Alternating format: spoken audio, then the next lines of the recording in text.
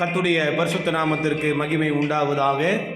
Good shepherd university பிடிஎச் பாடத்திட்டத்திற்கு உங்களை வரவேற்பதில் மிகுந்த மகிழ்ச்சி அடைகிறோம். இந்த நாளில் lesson 15 subject 7 years with Jesus, இயேசுவோடு 7 ஆண்டுகள் என்கின்ற தலைப்பில் இந்த பிடிஎச் பாடத்திட்டத்தை நாம் தொடர்ந்து கற்றுக்கொள்ளப் போகிறோம். ஏற்கனவே லெசன் 14 இதை நாம் பார்த்து இருக்கிறோம். அதனுடைய தொடர்ச்சியான பாடமாக இது இருக்கிறது. தொடர்ந்து இந்த பாடங்களை நாம் கற்றுக்கொள்வோமாக. ஜபத்தோடும் விசுவாசத்தோடும் தொடர்ந்து இவைகளை கற்றுக்கொள்ள கர்த்தர் நமக்கு கிருபை பாராட்டுவாராக. ஆமென். பிரியமானவர்களே, இயேசு கிறிஸ்துவோடு 7 ஆண்டுகள் என்கின்றதான ஒரு புதிய தலைப்பில் பிடிஎச் பாடத்தை நாம் சென்ற பாடத்தின் தொடர்ச்சியாக இன்றைக்கும் நாம் கற்றுக்கொள்ளும்படியாக இருக்கிறோம். இன்றைக்கு lesson 15 subject 7 years with Jesus, இயேசு கிறிஸ்துவோடு 7 ஆண்டுகள். சபை பூமியிலிருந்து மத்திய ஆகாயத்தில் 3வது வானத்தில் எடுக்கப்படும்படியாக இருக்கிறது. பரலோகத்தில் பிதாவாகிய தேவனுடைய சிங்காசனத்தின் வலது பாரிசத்தில் ஆண்டவராகிய இயேசு கிறிஸ்து உட்கார்ந்து கொண்டிருக்கிறார். அவர் எழுந்து பிதா கட்டளையிட அவர் புறப்பட்டு மத்திய ஆகாயத்தில் இயேசு கிறிஸ்து வெளிப்படுவார். பிதாவினுடைய சகல மகிமை பொருந்தியவராய் அவர் வெளிப்படுவார். அவரோடு கூட திரளான தேவ தூதர்களும் மத்திய ஆகாயத்திலே வெளிப்படுவார்கள்.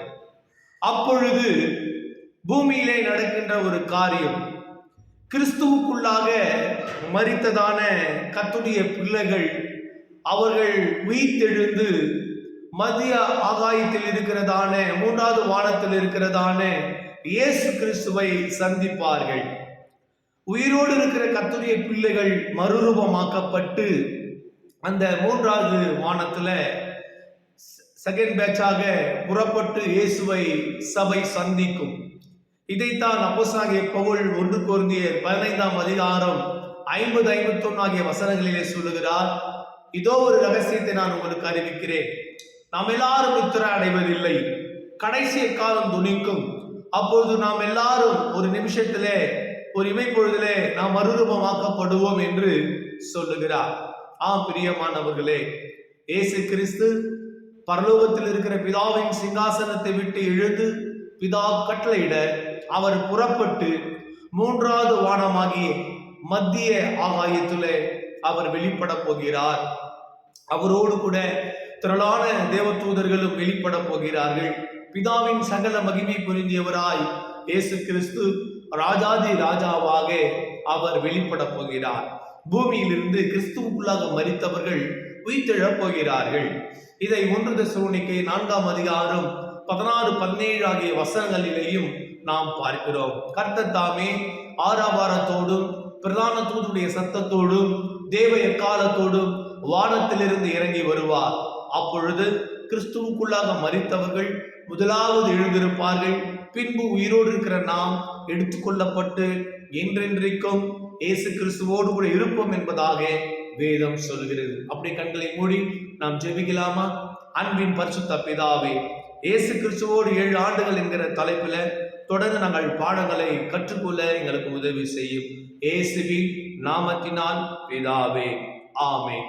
பிரியமானவர்களே, 1 கொரிந்தியர் சாப்டர் 15 verse 50 and 51 அங்க 2 வசனங்களிலே நாம் பார்க்கும் பொழுது பவுல் சொல்லுகிறார், இதோ ஒரு ரகசியத்தை நான் உங்களுக்கு அறிவிக்கிறேன் என்று சொல்லுகிறார்.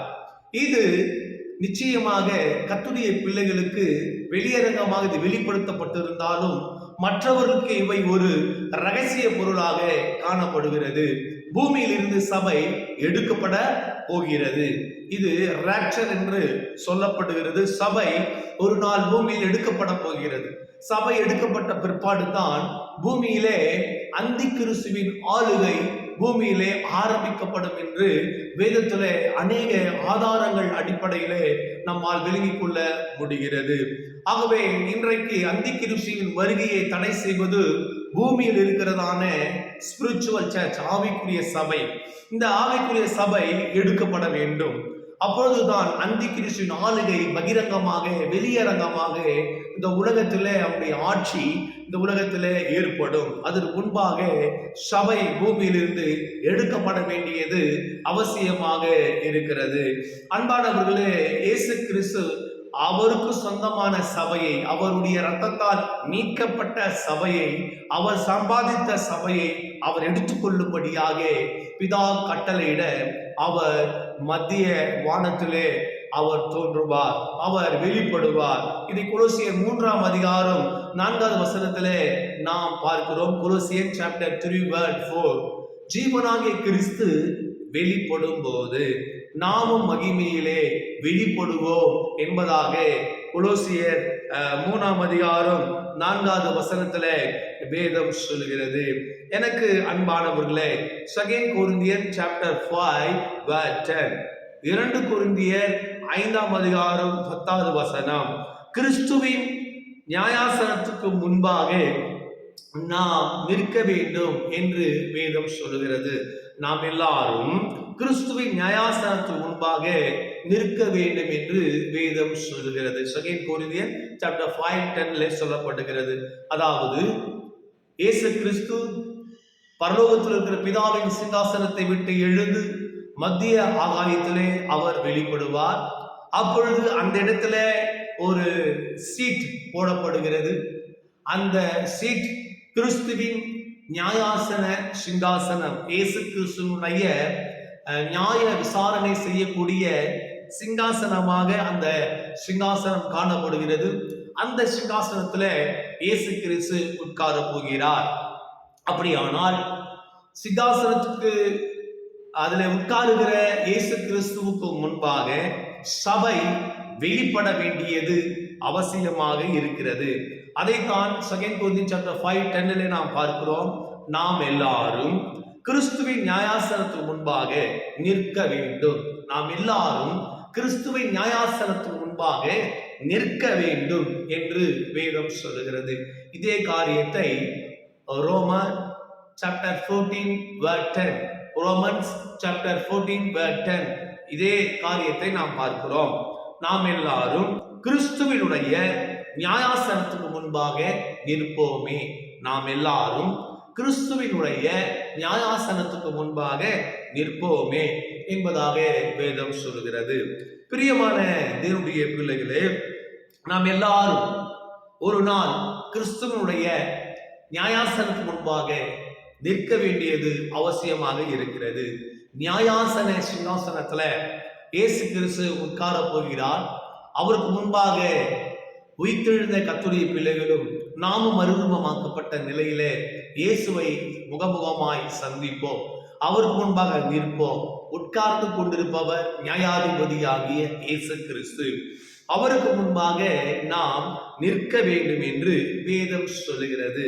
பூமியிலே வாழக்கூடிய நாட்களிலே நம்முடைய வாழ்நாளை குறித்து நாம் அறிய வேண்டும்.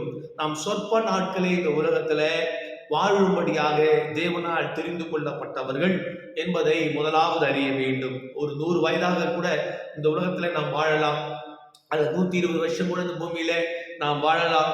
என்றாலும் தேவனுடைய பார்வையிலே அது மிகவும் சொற்ப நாட்கள். ஆகவே நித்தியமாக இயேசு கிறிஸ்துவோடு கூட நாம் வாழ்கிற அந்த நாட்களை ஒப்பிடுகிற வேளையிலே இவைகள் ஒன்றும் கிடையாது. ஆகவே இந்த பூமியிலே ஒரு மனுஷனுடைய வாழ்நாள் ஒரு புல்லுக்கு ஒப்பிடப்பட்டிருக்கிறது, ஒரு பூவுக்கு ஒப்பிடப்பட்டிருக்கிறது. காலையில் பூத்து மாலையிலே வாடுகிறதை போல ஒரு மனுஷனுடைய வாழ்நாள் மிக வேகமாக அது ஓடக்கூடியதாக இருக்கிறது என்பதாக வேதத்துல நாம் பார்க்க முடியும். ஆக இந்த குறுகிய நாட்களிலே பிரியமானவர்களே, நாம் ஒரு காரியத்தை அறிந்து கொள்ள வேண்டும். சபை பூமியிலிருந்து எடுக்கப்பட போகிறது. நாம் எல்லாரும் கிறிஸ்துவின் நியாயாசனம் முன்பாக நிற்கப்பட வேண்டியது அவசியமாக இருக்கிறது. ஆகவே நாம் அவருக்கு முன்பாக நிற்க பாத்திரவான்களாக இருப்பதற்கு இந்த பூமியிலே நாம் விழித்திருந்து ஜெபம் பண்ண வேண்டும் என்கின்ற காரியத்தை நாம் கற்றுக்கொள்ள வேண்டியது அவசியமாக இருக்கிறது. பிரியமானவர்களே, லூக்கா எழுதின சுவிசேஷம் 21ஆம் அதிகாரம் 36வது வசனம். லூக் சாப்டர் 21:26 தமிழில் நான் வாசிக்கிறேன். ஆகையால் இனி சம்பவிக்க போகிற இவைகளுக்கெல்லாம் நீங்கள் தப்பி மனுஷகுமாரன் முன்பாக நிற்க பாத்திரவான்களாக எண்ணப்படுவதற்கு எப்பொழுதும் ஜெபம் பண்ணி விழித்திருங்கள். இயேசு கிறிஸ்து முன்பாக நிற்க பாத்திரவான்களாய் நாம் எண்ணப்படுவதற்கு எப்பொழுதும் இந்த பூமியிலே வாழ்கிற நாட்களிலே விழித்திருந்து நாம் ஜெபம் பண்ண வேண்டும் என்கிற ஒரு காரியத்தை இயேசு கிறிஸ்து நமக்கு கற்றுக் கொடுத்து இருக்கிறார். ஆகவே தேவனுக்கு முன்பாக நிற்பது என்பது சாதாரண ஒரு காரியம் அல்ல. நியாயாசனத்துக்கு முன்பாக உட்கார்ந்து கொண்டிருக்கிற இயேசுவுக்கு முன்பாக நாம் அவரை சந்திப்பு என்பது லகுவான காரியம் அல்ல. அதற்கு இந்த பூமியில நாம் சில பிரயாசங்களை எடுக்க வேண்டியது அவசியமாக இருக்கிறது. அந்த பிரயாசம் என்ன தெரியுமா? விழித்திருந்து நாம் ஜெபிக்க வேண்டும். விழித்திருந்து நாம் ஜெபிக்கிறவர்களாக இருந்தால் ஒரு நாள் நியாயாசனத்துக்கு முன்பாக நிற்கிற அல்லது உட்கார்ந்து கொண்டு இருக்கிற இயேசுவுக்கு முன்பாக நிற்க நாம் பாத்திரவான்களாக காணப்படுவோம். அன்பானவர்களே, யூதாவின் புத்தகம் 24வது வசனம். யூதா 24 நான் வாசிக்கின்றேன். வழுவாதபடி உங்களை காக்கவும் தமது மகிமையுள்ள சன்னிதானத்துல மிகுந்த மகிழ்ச்சியோடு உங்களை மாசற்றவராய் நிறுத்தவும் வல்லமை உள்ளவரும். இந்த உலகத்துல நம்மை வழுவாதபடி காக்கிறவர் நம்முடைய தேவனாகிய கர்த்தர். ஆகவே வழுக்கை என்பது ஒரு மனிதனை நரகத்துக்கு நேராய் பாதாளத்துக்கு நேராய் கொண்டு போகிற ஒரு காரியத்தை காட்டுகிறது. அதனால்தான் பவுல் சொல்லுகிறார், நிற்கிற எவனும் விழாதபடிக்கு எச்சரிக்கையாய் இருக்க கடவுள் என்று சொல்லி, இன்றைக்கு நாம் விழாதபடிக்கு நம்மை பாதுகாக்கிற கர்த்தர் இன்றைக்கு நம்மோடு கூட இருக்கிறார். அவர் நிச்சயமாக மத்திய ஆகாயத்துல கிறிஸ்துவின் நியாயாசனத்துக்கு முன்பாக இருக்கிற கிறிஸ்துவை சந்திக்க நம்மை தகுதிப்படுத்தக்கூடியவராக இருக்கிறார். ஆகவே இந்த பூமியிலே வாழ்கிற நாட்களிலே நாம் விழிப்பாய் இருந்து ஜெபிக்க நாம் கடமைப்பட்டு இருக்கிறோம். வழுவாதபடி நம்மை காக்கவும் தமது மகிமையுள்ள சன்னிதானத்துல மாசு அற்றவர்களாய் நம்மை நிறுத்த அவர் வல்லவராக இருக்கிறார். இந்த பூமியிலே நமக்குள் இருக்கிற மாசுகள், கரைகள், துறைகள், குற்றங்கள், குறைகள் எதுவாக இருந்தாலும் எல்லாவற்றையும் நம்மை விட்டு எடுத்து போட்டு மாசற்றவர்களாக தேவனுடைய சன்னிதானத்துல நம்மை தேவனாய் கர்த்தர் நிறுத்த வல்லவராக இருக்கிறார். அதற்காகத்தான் 2022 ஆண்டுகளுக்கு முன்பாக நமக்காக சிலுவையிலே ரத்தம் சிந்தப்பட்டிருக்கிறது. பரிசுத்த ஆவியானவருடைய அருள்மாரின் மழை நம் மீது பொழியப்பட்டிருக்கிறது. பரிசுத்த ஆவியானவர் மூலமாய் நாம் பரிசுத்தமாக்கப்படுகிறோம். கல்வாரி சிலுவையிலே சிந்தப்பட்ட ரத்தத்தினாலே நாம் கழுவப்படுகிறோம். கர்த்தருடைய வார்த்தையினாலே, இயேசு கிறிஸ்துவின் நாமத்தினாலே நாம் சுத்திகரிக்கப்படுகிறோம். விசுவாசத்தினாலே பிரியமானவர்களே நாம் பரிசுத்தமாக்கப்படுகிறோம். ஆகவே வழுவாதபடி நம்மை பாதுகாக்கிற கர்த்தர் தமது மகிமையுள்ள சன்னிதானத்துல மாசற்றவர்களாய் நிறுத்த கூடிய தேவன் இன்றைக்கு நம்மோடு கூட அவர் இருக்கிறார். அவருடைய வார்த்தை, நான் சீக்கிரமாய் வருவேன், வந்து நான் இருக்கிற இடத்துல நீங்களும் இருக்கும்படி உங்களை அழைத்து கொண்டு போவேன் என்று அவர் வாக்கு பண்ணி இருக்கிறார். அவர் வாக்கு மாறாதவர். இந்த உலகத்திலே அநேக மனிதர்கள் கொடுக்கிற வாக்குறுதிகள் அவரால் நிறைவேற்ற முடியாமல் கூட போய்விடுகிறது.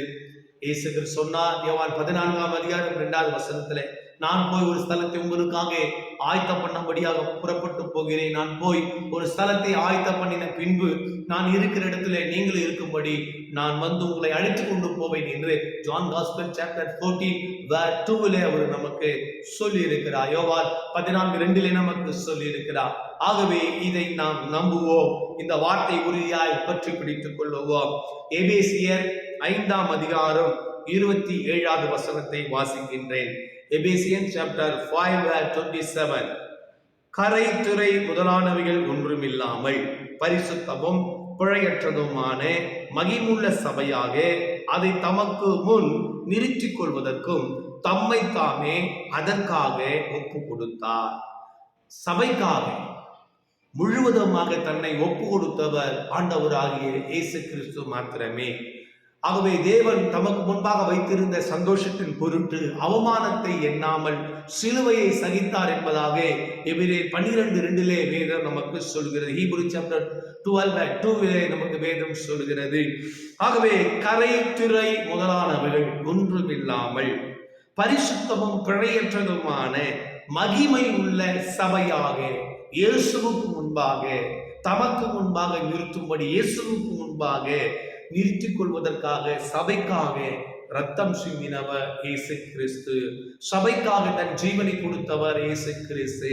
ஆகவே கரை திரை முதலானவர் ஒன்றும் இல்லாமல் பரிசுத்தமும் பிழையற்றதுமான மகிமை உள்ள சபையாக வழுவாதபடி காக்கவும் தமது மகிமுள்ள சன்னிதானத்துல மிகுந்த மாசற்றவர்களாக சபையை நிறுத்தக்கூடிய இயேசு கிறிஸ்து இன்றைக்கு சபையை சுத்திகரித்து சபையை பரிசுத்தமாக்கி சபையில் இருக்கிற எல்லா குறைகளை எடுத்து போட்டு கரைத்திரை முதலானவில் ஒன்றும் இல்லாமல் அந்த சபையை பரிசுத்தமாக்கி இயேசு கிறிஸ்துடைய வருகையிலே அவரை சந்திக்கும்படியான ஒரு சாக்கியத்துக்குரியவர்களாய் கர்த்தர் நம்மை மாற்றுகிறவராய் இருக்கிறார். இதற்காக தான் பரிசுத்த ஆவியானவரை ஏற்கனவே பூமிக்கு பிதாவாகிய தேவன் அனுப்பி இருக்கிறார். அவர் சபையை பரிசுத்தம் உள்ள ஒரு சபையாக, மகிமை உள்ள சபையாக, கரைத்தறையற்ற ஒரு சபையாக மாற்றக்கூடிய ஒரு நிலையிலே அவர் தமது பணியை ஊழியத்தை செய்து கொண்டு இருக்கிறார். தொடர்ந்து 1 பேதுரு 5ஆம் அதிகாரம் 10வது வசனத்தை நாம் வாசிக்கிறோம். First Peter chapter 5:10. கிறிஸ்து இயேசுவுக்குள் நம்மை தமது நித்திய மகிமைக்கு அழைத்தவராக இருக்கிற சகல கிருபையும் பொருந்திய தேவன் தாமே. கிறிஸ்து இயேசுவுக்குள் நம்மை தமது நித்திய மகிமைக்கு அழைத்தவராயிருக்கிற நாம் நித்திய மகிமைக்கு அழைக்கப்பட்டவர்கள். ஆகவே பரலோக ராஜ்யத்துக்கு நாம் சொந்தக்காரர்கள். நமக்கு பரலோக அழைப்பு நமக்கு கொடுக்கப்பட்டு இருக்கிறது. ஹீப்ரு சாப்டர் 3:1 பார்க்கும் பொழுது பரம அழைப்பிற்கு பங்குள்ள பரிசுத்த சகோதரரே என்று வேதம் நம்மை குறித்து சொல்லுகிறது. நமக்கு பரலோக அழைப்பு உண்டு. நித்தியமான மகிமைக்கு நாம் அழைக்கப்பட்டவர்களாக இருக்கிறோம். இதை நாம் தெளிவாக விளங்கிக் கொள்ள வேண்டும். இந்த பூமியில நமக்கு கிடைக்கின்ற மகிமை ஒரு சிறிய ஒரு மகிமை தான். ஆனால் மத்திய ஆகாயத்துல நித்திய மகிமையினாலே கர்த்தர் நம்மை நிரப்புவார். அன்றைக்கு ஆதாம் இழந்த மகிமையை கர்த்தருடைய பிள்ளைகளாகிய நமக்கு தேவனாகி கர்த்தர் தரக்கூடியவராக இருக்கிறார். 2 கொரிந்தியர் சாப்டர் 4:14. 2 கொரிந்தியர் சாப்டர் 4:14. கர்த்தராகிய இயேசுவை எழுப்பினவர் எங்களையும் இயேசுவை கொண்டு எழுப்பி உங்களுடனே கூட தமக்கு முன்பாக நிறுத்துவார் என்று அறிந்திருக்கிறோம். உங்களுடனே கூட தமக்கு முன்பாக நிறுத்துவார் என்று அறிந்திருக்கிறோம். ஒரு நாள் நியாயாசன சிங்காசனத்திலே உட்கார்ந்து கொண்டு இருக்கிற நியாயாதிபதியாய் உட்கார்ந்து கொண்டு இருக்கிற இயேசுவுக்கு முன்பாக நாம் நிறுத்தப்பட போகிறோம். இதை குறித்த ஒரு தெளிவு நமக்கு அவசியம். கொரிந்து சபைக்கு அப்போஸ்தலன் பவுல் கடிதம் எழுதுகிற வேளையில அவர் சொல்லுகிறார், கர்த்தராகிய இயேசுவை எழுப்பினவர் எங்களையும் இயேசுவை கொண்டு எழுப்பி உங்களுடனே கூட தமக்கு முன்பாக நிறுத்துவார் என்று அறிந்திருக்கிறோம். இந்த தெளிவு எல்லாருக்கும் தேவைப்படுகிறது இந்த கடைசி நாட்களில. மத்திய ஆகாயத்துல வெளிப்பட போகிற இயேசுவுக்கு முன்பாக ஒவ்வொரு ஊழியக்காரனும் நிற்க வேண்டும். ஒவ்வொரு விசுவாசிகளும் நிற்க வேண்டும். ஒவ்வொரு சபை பொறுப்பாளர்களும் நிற்க வேண்டும். ஆகவே நிற்பதற்கு நாம் பாத்திரவான்களாய் எண்ணப்படுவதற்கு இந்த பூமியிலே வாழ்கிற நாட்களிலே விழிப்பாய் இருந்து ஜெபிக்க வேண்டியது அவசியமாக இருக்கிறது. பிரியமானவர்களே, அவர் நம்மை கரைத்திரை அற்றவர்களாய், குறை இல்லாதவர்களாய், பரிசுத்தம் உள்ளவர்களாய், மாசு அற்றவர்களாய் இயேசுவுக்கு முன்பாக மகிமுள்ள சபையாக தேவனாய் கர்த்தர் நம்மை நிறுத்த வல்லவராக இருக்கிறார். கொலோசியர் சாப்டர் 1:21. Colossian chapter 1:21. முன்னே அந்நியராயும் துர்க்கெரிகளினால் மனதிலே சத்துருக்களாயும் இருந்த உங்களையும் பரிசுத்தராகவும் குற்றமற்றவர்களாகவும் கண்டிக்கப்படாதவர்களாகவும் தமக்கு முன் நிறுத்தும்படியாக அவருடைய மாம்சத்தில் அடைந்த மரணத்தினாலே இப்பொழுது ஒப்புரவாக்கினார். ஒரு நாள் நம்மை பரிசுத்தமாகவும் குற்றமற்றவர்களாகவும் கண்டிக்கப்படாதவர்களாகவும் இயேசுவுக்கு முன்பாக நம்மை தேவனாய் கர்த்தர் நிறுத்துவார். குற்றமற்றவர்களாக நிறுத்துவார், மாசற்றவர்களாக நிறுத்துவார். வழுவாத படிக்கு நம்மை பாதுகாக்கிற கர்த்தர், தமது மகிமையில சன்னிதானத்திலே மாசற்றவர்களாக அவர் நிச்சயமாக இயேசு கிறிஸ்து முன்பாக நியாயாசனத்திலே சிங்காசனத்தை உட்கார்ந்து கொண்டிருக்கிற இயேசு கிறிஸ்துக்கு முன்பாக பிதாவாகிய தேவன் நம்மை கொண்டு போய் நிறுத்துவார். கல்லறை பூமியிலிருந்து வெடிக்கப் போகிறது. அநேக பரிசுத்தவான்கள் உயிர்த்தெழப் போகிறார்கள். உயிரோடு இருக்கிற நாம் மறுரூபமாக்கப்பட்டு இயேசு கிறிஸ்துவோடு கூட இருக்க போகிறோம். கிட்டத்தட்ட 7 ஆண்டுகள் மத்திய ஆகாயத்துல, கிட்டத்தட்ட 7 வருஷங்கள் இயேசு கிறிஸ்துவோடு கூட மத்திய ஆகாயத்துல நாம் நிச்சயமாக இருக்க போகிறோம். எனக்கு அன்பான கர்த்தருடைய பிள்ளைகளே, அந்த சமயத்துல முதலாவது இயேசு கிறிஸ்து என்ன செய்ய போகிறார்? முதலாவது பிதாவாகிய தேவனுக்கு முன்பாகவும் சகல தேவ தூதர்கள் முன்பாகவும் நம்முடைய பெயரை இன்ட்ரோடியூஸ் பண்ண போகிறார், அறிமுகம் செய்ய போகிறார். மத்தேயு 10ஆம் அதிகாரம் 32, 33, மேத்யூ சாப்டர் 10 verse 32 and 33 2 வசனங்களை நான் வாசிக்கிறேன். மனுஷர் முன்பாக என்னை அறிக்கை பண்ணுகிறவன் எவனோ அவனை நானும் பரலோகத்தில் இருக்கிற என் பிதாவின் முன்பாக அறிக்கை பண்ணுவேன். மீண்டும் வாசிக்கிறேன். மனுஷர் முன்பாக என்னை அறிக்கை பண்ணுகிறவன் எவனோ அவனை நானும் பரலோகத்தில் இருக்கிற என் பிதாவின் முன்பாக அறிக்கை பண்ணுவேன். verse 33 அடுத்த வசனத்தை நான் வாசிக்கிறேன். மனுஷர் முன்பாக என்னை மறுதலிக்கிறவன் எவனோ அவனை நானும் பரலோகத்தில் இருக்கிறேன் பிதாவின் முன்பாக மறுதலிப்பேன். ஆக இதில் நாம் என்ன அறிகிறோம்? பூமியிலே ஒரு மனிதன் வாழக்கூடிய நாட்களிலே இயேசு கிறிஸ்து கொடுத்த பிரதான கட்டளையாக இருக்கிற நீங்கள் புறப்பட்டு போய் சகல ஜாதிகளையும் சீஷராக்குங்கள் என்று சொன்ன அவருடைய கட்டளைகளை நிறைவேற்ற புறப்பட்டு போய் நற்செய்தியை நாம் அறிவிக்கிற வேளையில ஒரு நாள் பிதாவுக்கு முன்பாக இயேசு கிறிஸ்து நம்முடைய பெயரை அறிமுகப்படுத்தி வைப்பார். தேவ தூதர் முன்பாக, சகல தேவ தூதர் முன்பாக நம்முடைய பெயரை அறிமுகப்படுத்தி வைப்பார். ஒவ்வொருத்தரும் பிரச்சனை நெருக்கத்தின் மத்தியில இயேசுவை நாம் மறுதலிப்போம் என்று சொன்னார். ஒரு நாள் பிதாவுக்கு முன்பாகவும் சகல தேவ தூதர்களுக்கு முன்பாகவும் அவர் நம்முடைய பெயரை மறுதலிப்பார் என்பதாக வேதத்திலே நாம் பார்க்க முடிகிறது. லூக்கா 12ஆம் அதிகாரம் 8வது வசனம், லூக் சாப்டர் 12 verse 8, அன்றியும் நான் உங்களுக்கு சொல்லுகிறேன், மனுஷர் முன்பாக என்னை அறிக்கை பண்ணுகிறவன் எவனோ அவனை மனுஷகுமாரனும் தேவதூதர் முன்பாக அறிக்கை பண்ணுவார். அன்றியும் நான் உங்களுக்கு சொல்லுகிறேன், மனுஷர் முன்பாக என்னை அறிக்கை பண்ணுகிறவன் எவனோ அவனை மனுஷகுமாரனும் தேவதூதர் முன்பாக அறிக்கை பண்ணுவார். மனுஷர் முன்பாக என்னை மறுதலிக்கிறவன் தேவதூதர் முன்பாக மறுதலிக்கப்படுவார். ஆகவே பிரியமானவர்களே, பூமியிலே நாம் வாழக்கூடிய நாட்களிலே நம்முடைய சொந்த பந்தங்களுக்கு, நம்முடைய உறவுகளுக்கு, நம்முடைய கிராம மக்களுக்கு, நம்முடைய பட்டணத்தை சேர்ந்தவர்களுக்கு, நம்முடைய நண்பர்களுக்கு, சொந்த பந்தங்களுக்கு, தெருவில் இருக்கிறவர்களுக்கு, பட்டணத்தில் உள்ளவர்களுக்கு நற்செய்தியை அறிவிக்க நாம் கடனாளிகளாக இருக்கிறோம். பவுல் சொல்கிறார், கிறிஸ்துவின் சுவிசேஷத்தை குறித்து நான் வெட்கப்படேன். கிறிஸ்துவின் நற்செய்தி குறித்து, கிறிஸ்துவனுடைய சுவிசேஷத்தை குறித்து நாம் வெட்கப்படக்கூடாது. இந்த சுவிசேஷத்தை அறிவிப்பது நம்முடைய தலையின் மேல் விழுந்த கடமையாக இருக்கிறது. இந்த கடமையை நாம் நிறைவேற்ற வேண்டும். புறப்பட்டு போய் சகல ஜாதிகளையும் சீஷராக்க வேண்டும். இப்படி செய்யும் பொழுது மத்திய ஆகாயத்திலே இயேசு கிறிஸ்து வெளிப்படுகிற வேளையிலே, நியாயாசன சிங்காசனத்திலே இயேசு கிறிஸ்து உட்கார்ந்து கொண்டு இருக்கிற வேளையிலே நம்மை பிதாவுக்கு முன்பாக நம்மை முதலாவது அறிமுகப்படுத்தி வைப்பார். சகல தேவ தூதருக்கு முன்பாக நம்முடைய பெயரை அறிக்கை செய்வார் என்பதாக வேதத்திலே நாம் பார்க்கிறோம். அடுத்து இன்னொரு வசனம், மார்க்கு 8ஆம் அதிகாரம் 38வது வசனம், மார்க் சாப்டர் 8 verse 38, ஆதலால் விபச்சாரம் பாவமும் உள்ள இந்த சந்ததியில் என்னை குறித்தும் என் வார்த்தைகளை குறித்தும் எவன் வெட்கப்படுகிறானோ அவனை குறித்து மனுஷகுமாரனும் தமது பிதாவின் மகிமை பொருந்தியவராய் பரிசுத்த தூதரோடு கூட வரும்போது வெட்கப்படுவார். எவ்வளவு அழகாக வேதம் சொல்கிறது பாருங்க.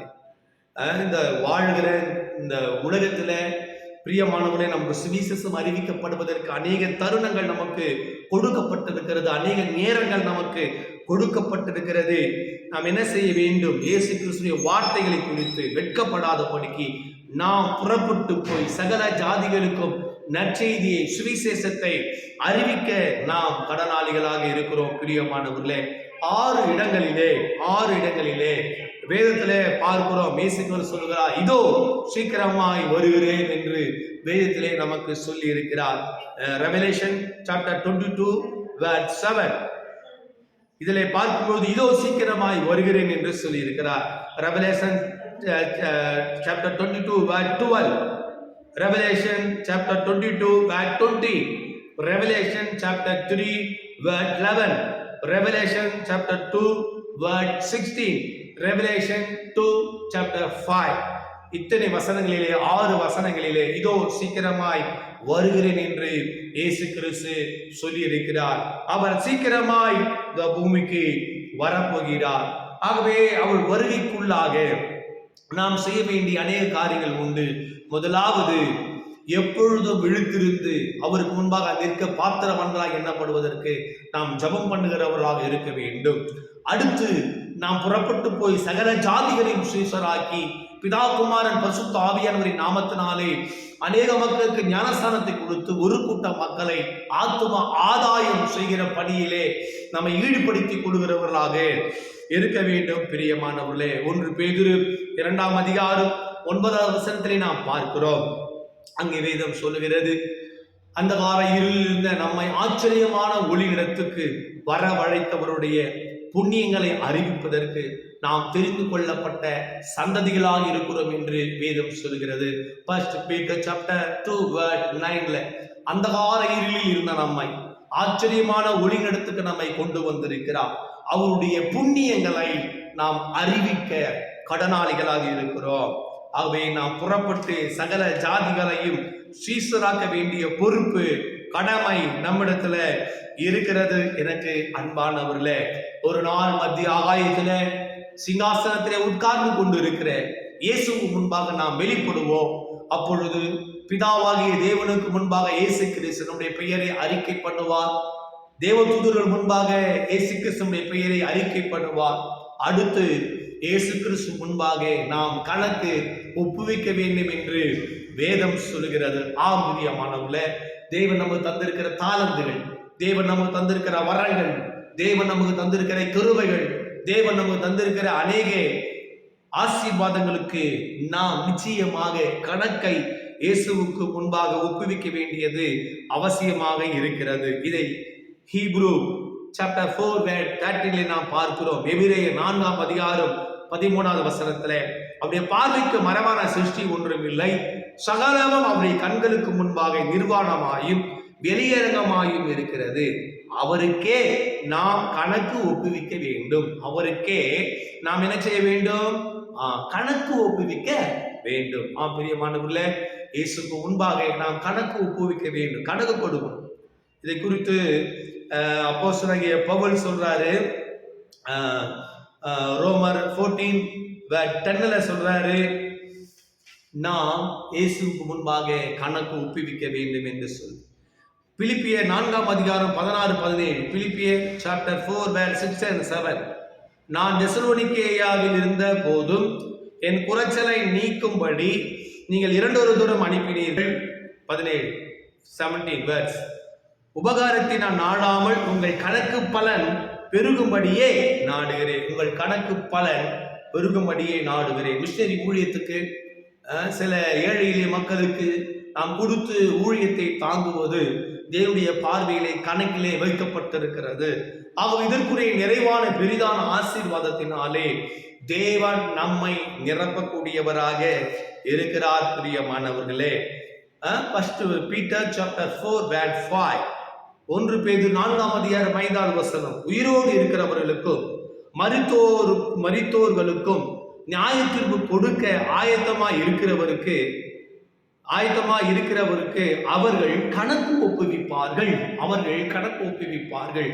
பிரியமானவர்களே, இயேசுவுக்கு முன்பாக நிற்கப்படுகிற சபை, இயேசுவுக்கு முன்பாக மகிமையுள்ள சபையாக நிறுத்தப்படுகிற சபை, பரிசுத்த வான்களாக எண்ணப்பட்டு இயேசுவுக்கு முன்பாக நிற்க தகுதி உள்ளவராக காணப்படுகிற சபை ஒரு நாள் இயேசுவுக்கு முன்பாக கணக்கு ஒப்புவிக்க வேண்டும். அதற்கு முன்பாக பிதாவாகிய தேவனுக்கு முன்பாக சபையை அறிமுகப்படுத்தி வைக்கிறார்.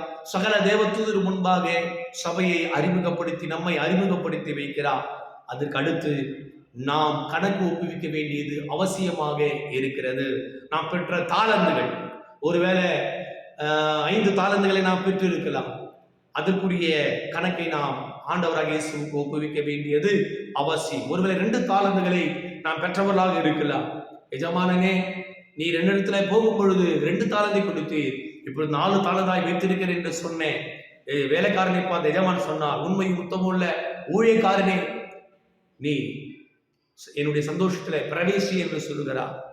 5 தாலந்தை வாங்கினவன் 10 தாலந்தாக அதை மாற்றி வைத்திருந்தான். உண்மை முத்தமுள்ள ஊழியக்காரனே என்று எஜமான் அந்த ஊழியக்காரனை பார்த்து சொல்லுகிறார்.